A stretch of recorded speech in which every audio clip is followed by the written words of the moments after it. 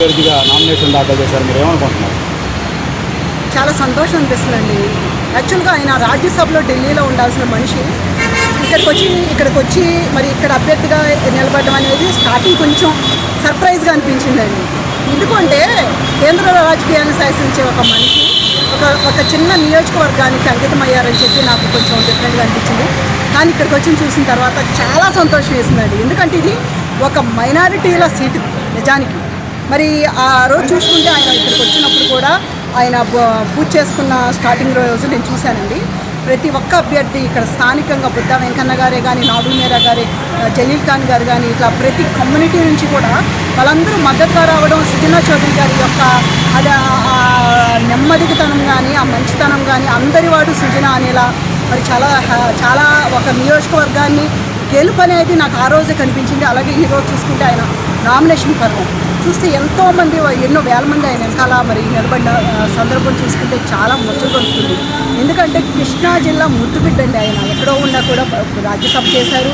మరి అలాగే గత కొన్ని సంవత్సరాలుగా జగన్మోహన్ రెడ్డి అమరావతిని మాడి మస్సైపోయేలా స్కిల్ పట్టుదలు చేసినా కూడా ఆయనకు వెనకమాల ఉండి ఒక విష్ణుమూర్తిలాగా ఆయన నెట్టుకుంటూ కాపాడుకొస్తున్న వైనం చూస్తే నిజంగా చాలా ఆ గొప్పతనాన్ని ఆ చూసిన వాళ్ళ దగ్గరతనం తెలిసిన వాళ్ళకి ఈ రాష్ట్రం బాగుపడే వాళ్ళకి తెలుస్తుంది. ఎందుకంటే నాశనం చేయడం అంటే నిమిషం పని. ఏదైనా నిర్మించాలన్నా దాన్ని పైకి తీసుకెళ్లాలన్నా కూడా నిజంగా గుండెల్లో ఆశయం ఉండాలి, చేతల్లో కూడా మరి నిజాయితీ ఉండాలి. అట్లాంటి మనిషి సుజనా చౌదరి గారు. ఆయన ఎప్పుడూ డబ్బులు కొట్టుకోడు, గొప్పలకు పోవారు. ఆయన సింపుల్గా ఆయన చేయాల్సిన దగ్గరే మాత్రం ఆయన ముందుంటారు. ఆయన ఏదైనా కూడా ఈ నియోజకవర్గ మరి అభివృద్ధికి ఆయన ఎంతగానో దోహదం చేస్తారు. ఎందుకంటే విజయవాడలోనే ఇది మిడ్ పాయింట్ అండి. ఇటు మరి అటు వెళ్తే హైదరాబాదు, ఇటు వెళ్తే మరి గుంటూరు, అటు అనంతపురం, అటు వెళ్ళి ఇటం వైజాగ్ వెళ్ళింది. ఇవన్నిటికీ కూడా ఒక మిడ్ పాయింట్ ఇది. దీన్ని నియోజకవర్గాన్ని మరి అలాగే దర్గగుడి మీద చూస్తే ఈ రోజున ఎక్కడ చూసినా డబ్బుమయం అండి. ఎల్లంపల్లి మరి మంత్రి అయిన తర్వాత దాన్ని ఒక కమర్షియల్ స్పేస్ కింద తయారు చేశాడు. ఎంతో డివోషనల్గా మరి ఎంతోమంది ఆధ్యాత్మికంగా దుర్గమ్మ అంటే వాళ్ళ తల్లిలాగా ఈ రాష్ట్ర ప్రజలు ఎంతగానో అభిమానించే ఒక శక్తి పీఠం దుర్గమ్మ. అట్లాంటి అమ్మవారిని కూడా మొత్తం కమర్షియల్ చేసేసి అక్కడ ఎన్నో అరాచక కార్యక్రమాలు చేసి ఎంతో నీచానికి పాల్పడిన మరి ఎల్లంపల్లి ఈ రోజు ఇక్కడ నుంచి మరి అటు సెంట్రల్లోకి నెట్టవేయబడ్డాడు.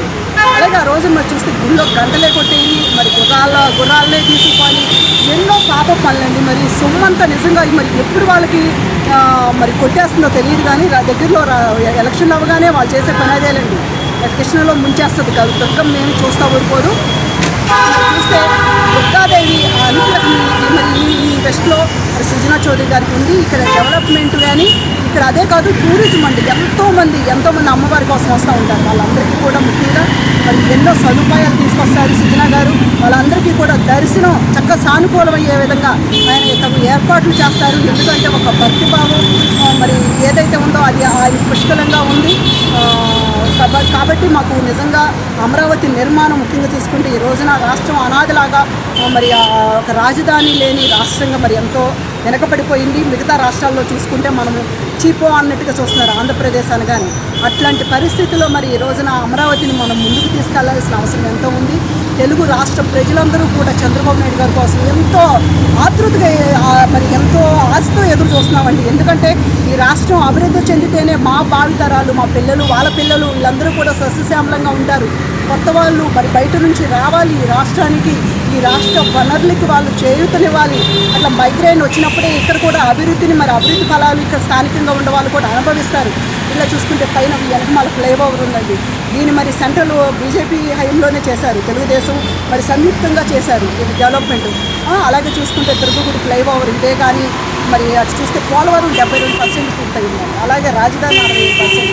ఇంత అభివృద్ధి చేసిన బీజేపీ మరి రానున్న రోజుల్లో మరి ఇట్లాంటి అభ్యర్థుల వలన మన రాష్ట్రానికి ఇంకా ఎన్నో వనరులు తీసుకొస్తాయి, ఎంతో సహాయ సహకారాలు అందిస్తారు. చంద్రబాబు సీఎంగా అభ్యర్థి అయిన తర్వాత ఇట్లాంటి వాళ్ళ సపోర్ట్ ఉండడంతో ఆంధ్రప్రదేశ్ అభివృద్ధి ఉరుకులు పరుగులతో మరి ముందుకెళ్తుందని మేమందరం కూడా ఆ చిత్రాన్ని మా కళ్ళలో ఎంతో ఆశగా ఆతృతగా బంధించుకొని చూసుకుంటున్నాం, వెయిట్ చేస్తున్నాం. మేడం, ప్రచారంలోకి వెళ్తున్నారు సుజనా చౌదరి గారు. ఇప్పటి వరకు ఆయనకు ప్రచారం అంటే తెలియకపోవచ్చు దాదాపుగా. అంటే ప్రచారానికి స్వయంగా ఆయన హాజరవుతుంటే ప్రజల్లో ఎలాంటి స్పందన ఉంది? ప్రజలతో ఈ నెల నిజంగా తెలుసండి, ఏమీ తెలియని వాళ్ళంట ఏకాదశికి వెళ్తారంట. అలాగే ఒక అమాయకత్వంలోంచి, ఏమీ తెలియనితనంలోంచి ఎంతో ఇది వస్తుందండి, ఒక బ్రైట్ ఇది కనిపిస్తుంది.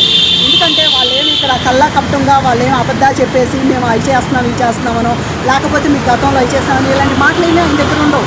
మీకు ఏం కావాలో మేము అవి చేయడానికి మేము సంసిద్ధంగా ఉండామనేది ఆయన అజెండాతో ముందుకెళ్తున్నారు. ఇక్కడ ప్రజల ముందు మెయిన్ ఆకాంక్ష ఏదైతే ఉందో మరి ఒక హజ్ నిర్మాణమే కానీ, మరి ముస్లిమ్స్కి గతంలో మరి తెలుగుదేశం ప్రభుత్వంలో మరి మొక్కా యాత్రకి కూడా ఎంతో సహాయ సహకారాలు అందించారు.